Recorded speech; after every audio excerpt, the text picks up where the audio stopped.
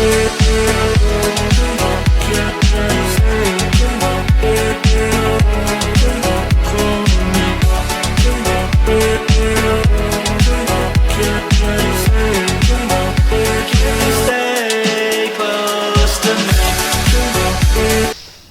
day everyone. So in this video I want to discuss on how we are going to create a PHP script that uses PHP operators. So what we're going to use as the text editor is a Macromedia Dreamweaver. So we're going to open it and we will try to create for a script. Then let's try to run it in our Apache server. So first thing to do, of course, is to check whether our Apache is running or not by simply opening the XAMPP control panel. Okay, so here is our control panel. So we should start our Apache.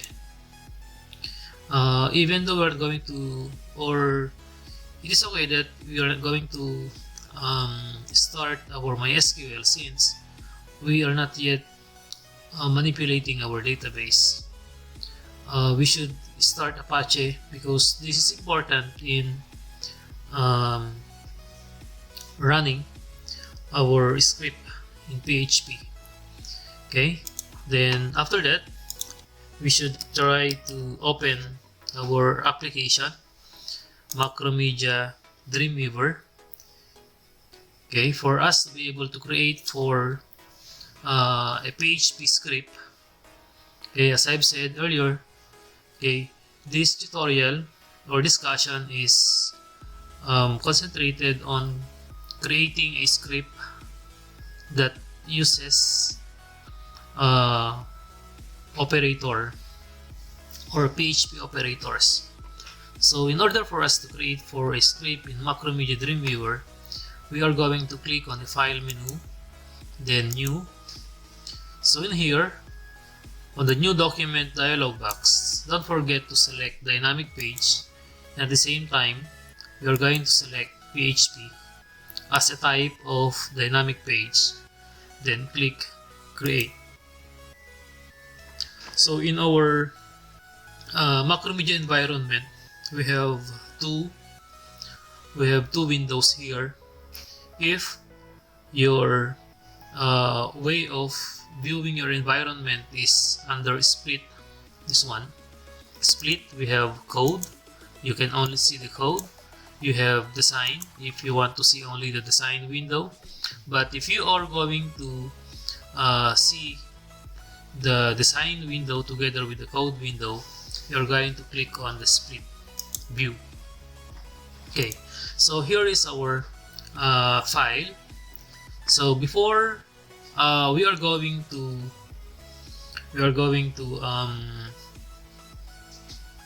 do some coding here, we're going to save this. We're going to save this in our root directory, the root directory of XAMPP. Okay, in order for our script to be rendered later on by our Apache server.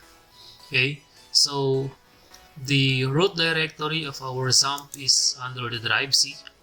Okay, we are going to browse on the drive C, and then under XAMPP folder, and then ACDocs folder.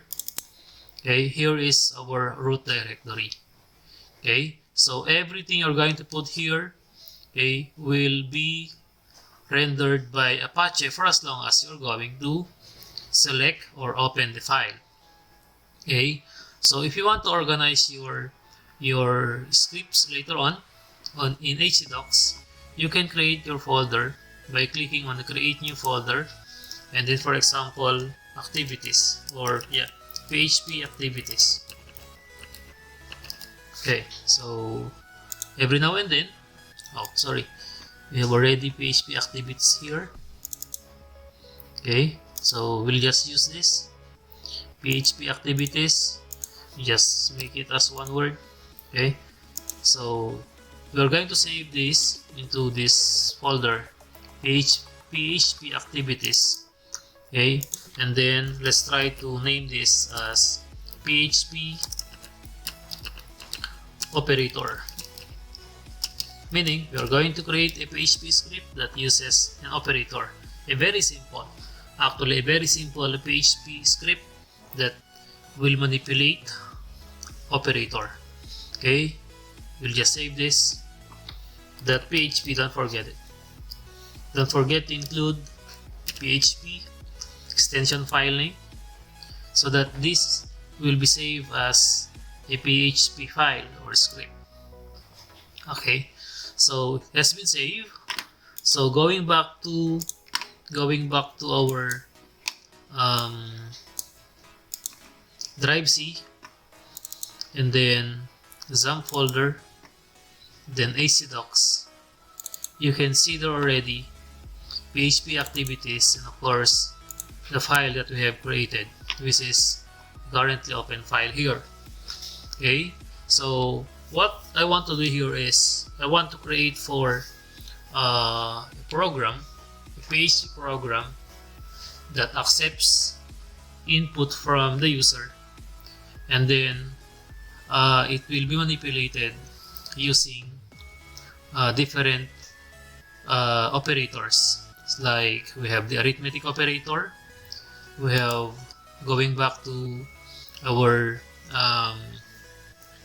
lesson proper, we have the arithmetic operators, assignment operators, comparison operators, we have increment, decrement operators, we have logical operators, string operators like concatenation or concatenation equals, we have the array operators, and of course lastly we have conditional assignment operators.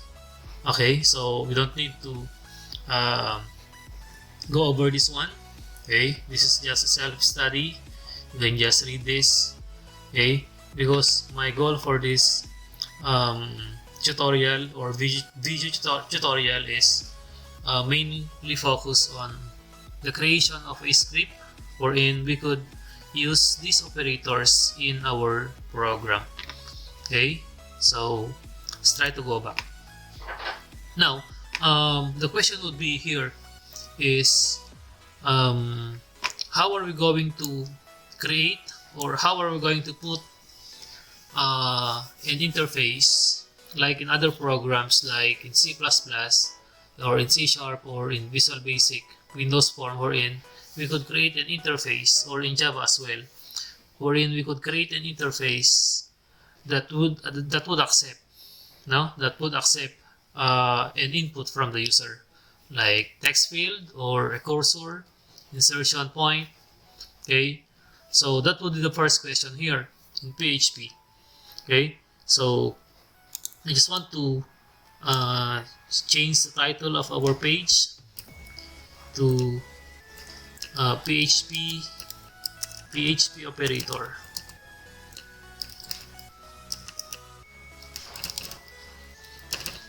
Okay, so to do that,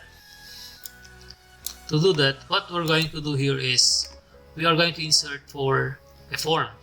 Okay, so in PHP we could actually create an interface to accept in a way of form.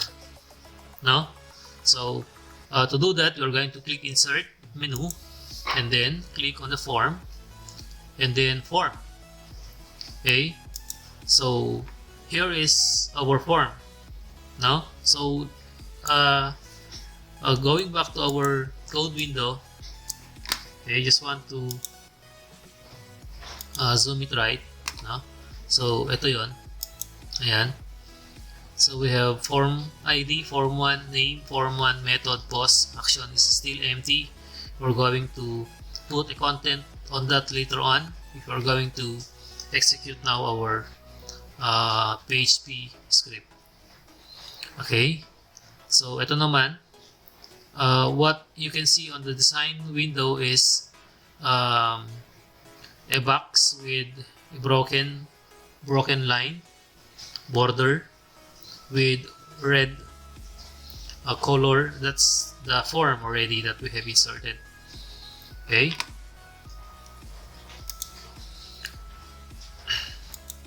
So the next thing to do here after the form is we are going to insert for me, I want to insert for a table for me to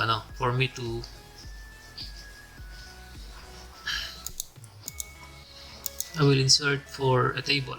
Sorry.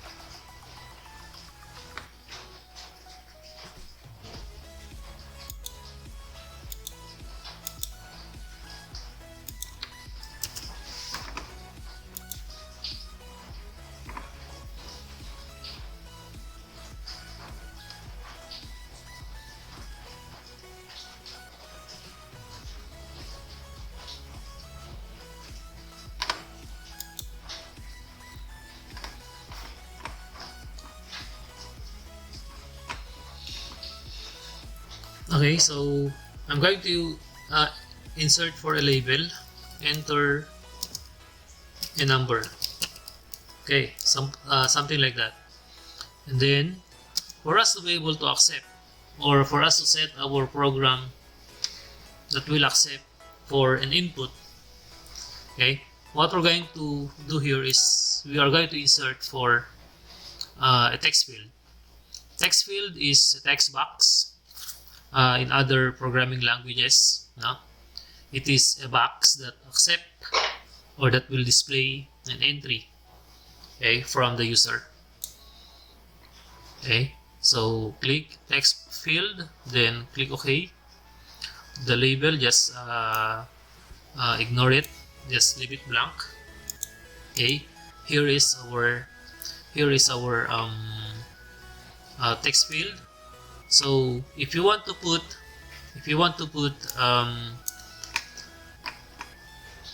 a property of this text field, okay, so try to look at it. Ang ginawa ko dito is click ko lang yung arrow dito, okay, kasi naka-hide yung properties window natin. Click ko lang to, okay, this is the cursor, and then click it. Here is our properties window. Okay, so select the text field you want to set its property, and then text field here is the name. It is used to call the text field during coding. So for example, I'm going to name it as txt num1. Okay, and then char width, maximum characters that will accept. Okay, you can set it if you want, but if you leave it blank, it's just okay.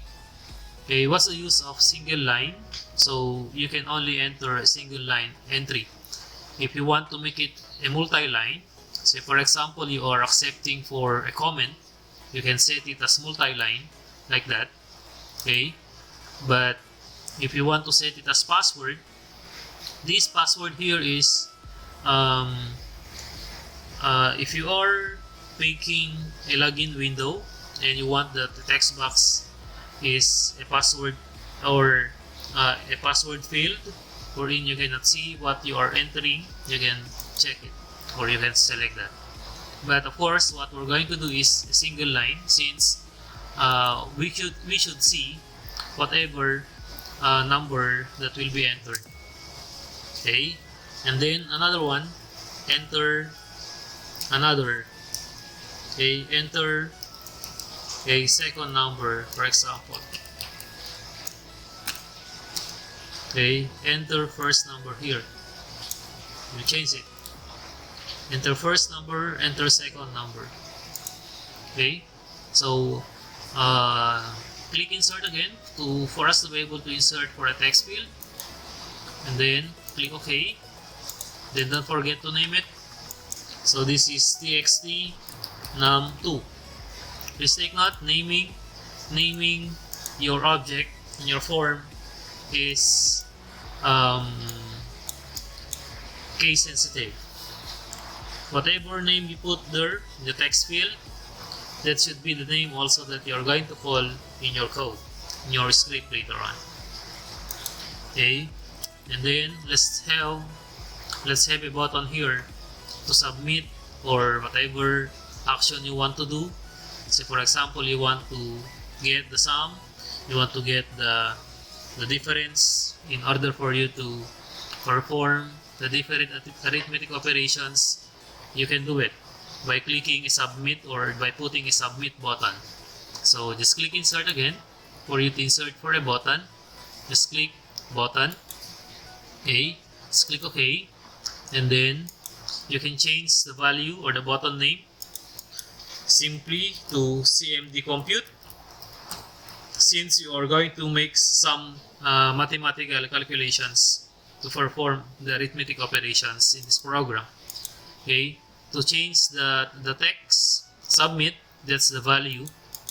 Okay, so let's change that to compute, for example. Okay, that's it. Now, then of course the action of this should be submit. Okay, please take note that this form has an action property or attribute. So whatever action you're going to put here, that will be executed if you're going to click the button with the submit form action. Okay, inulit ko po. Okay, ano man yung ilagay po natin dito na content ng action property ng form, okay, ay ma-execute kapag click natin yung submit button, okay, submit button or a button with the submit form action, okay, sa loob ng form natin. Unless kapag yung button na to ay nasa labas ng form, nothing will do or nothing will happen. Okay, so let's save this. Click file, then save. Okay, so if you want to execute this, if you want to show the output of this now, so PHP operator.php are going to access natin yung yung localhost natin. Okay, but you can only access your localhost if, again, inulit ko, dapat running yung Apache natin. Okay, localhost, and then ano yung pangalan ng folder natin? PHP activities / yung folder, followed by pangalan ng file natin, PHP operator.php.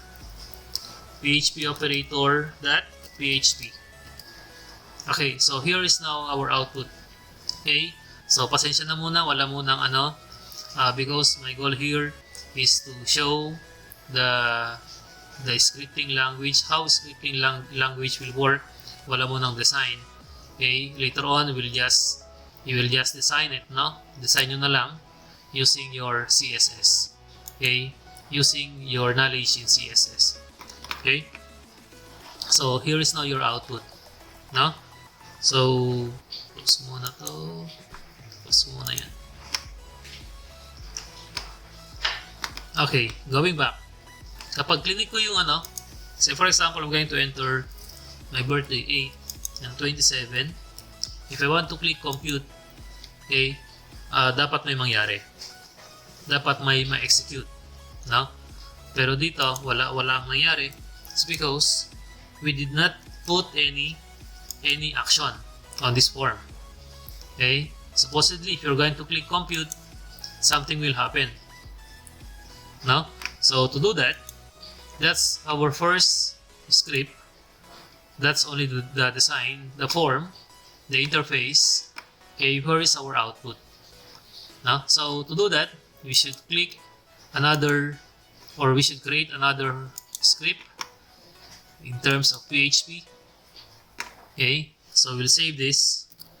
Same folder, should be same folder. So we will name this as compute dot PHP. Okay, so I just want to zoom it. That should be compute dot PHP. Okay, then let's save it. Save natin to. So I want to see only the code window. Dito purely coding na siya. Okay, purely coding na siya. So I want to zoom this part. Okay, so to start it, here is the basic script of a PHP. Okay, so first thing to do in our PHP is to collect the content of our form. Okay, we should collect the content of our form. So dito, dapat kolektahin natin yung laman ng text box na to, tapos yung laman ng text box na to. Kasi yun ang i-manipulate natin. Okay, so please take note also that our form has a method pos. Okay, pos ang method ng form natin. So dapat yung pag-kolekta natin ng data sa mga object natin, there should have a way also. So kapag ang method ng form natin ay pos, ang global variable dapat na gamitin natin to collect data on that form, it should be $_pos. Okay, the other way around is $_get. Okay, so meron pong pagkakaiba yon, and I will discuss that later on. So dito, kolektahin natin yung laman ng form natin by simply transferring the content of that form into a variable. Say for example, num1 is equal to, ito yung sinasabi ko kanina, $_pos.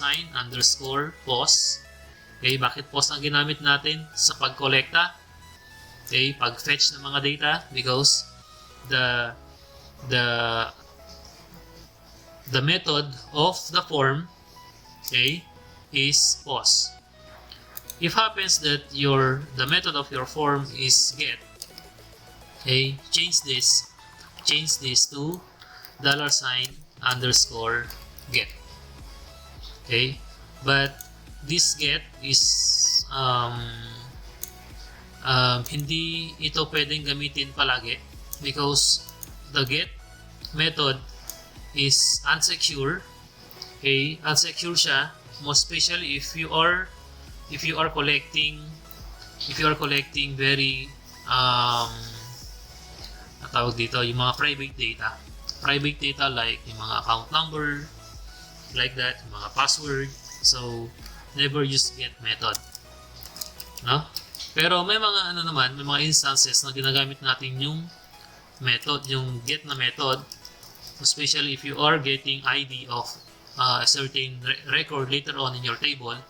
It's primary key. Okay, para ma-edit natin siya, para manipulate natin siya, like that.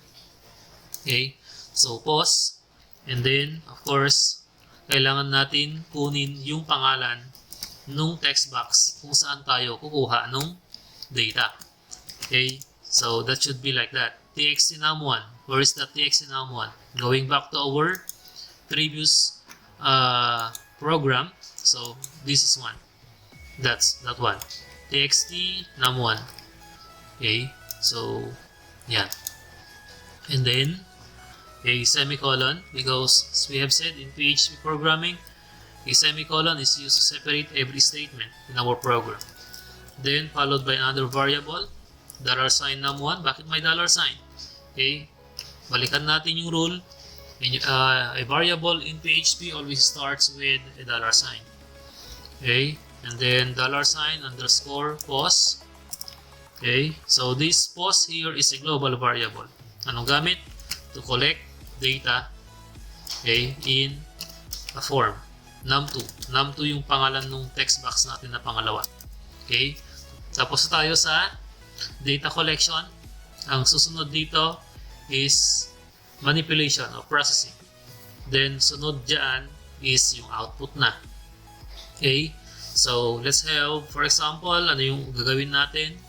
We should process the different arithmetic operators. Okay? Ano ba yung mga different arithmetic operators natin? Let's go back to our discussion.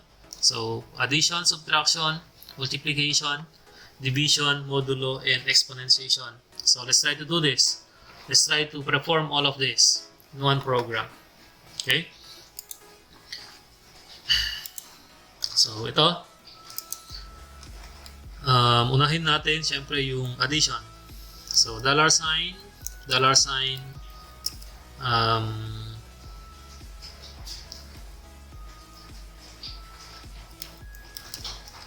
addition is equal to, or let's name it, sum. Dollar sign sum is equal to, okay, dahil yung laman ni text num1 na galing doon sa isang form kanina ay napunta na kay variable num1, okay, we are going to call now this num1 and num2, okay, because they are already our repository. Num1, then the operator, then followed by num2, then semicolon. Then ang gawin na lang natin dito, okay, is copy paste, and then change na lang natin yung operators nya, no? So sum followed by difference, followed by product, followed by quotient, followed by mode. What else? Ano pa yung mga ano natin?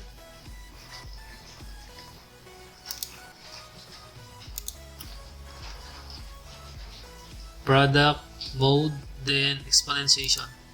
Last is our exponentiation.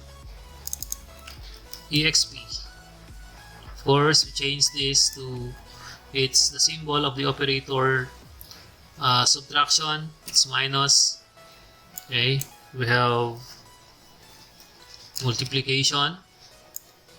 We have the division. Okay. So, kulang tayo. It should be mode.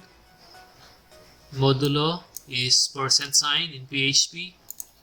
And then, lastly, we have the exponentiation. The exponentiation in PHP is 2 asterisk. Okay. So, change natin to ng EXP. Then, we are done with the process. Okay. So, followed by, of course, the output. Ano naman talaga yung programming, di ba? Sa una is data entry para alam natin yung mga data. Pangalawa is kapag okay na yung mga entry, yung mga data natin. Pangalawa is process natin yung mga data. At ang pangatlo, pakita yung output. Okay? So, to do this, let's have i-echo natin. Echo is printing, di ba? Printing or displaying sequence of characters in our browser. Okay, echo, let's have the sum of, di ba? The sum of concatenate. Please take note, concatenation operator in PHP is period, but before you concatenate, make sure there must have space in between the last character in your string. Okay, and close with double quote, para may space, may espasyo para doon sa laman ng variable natin, kung variable man yung i-concatenate natin. The sum of num1, okay, concatenate ulit, and okay, concatenate variable num2,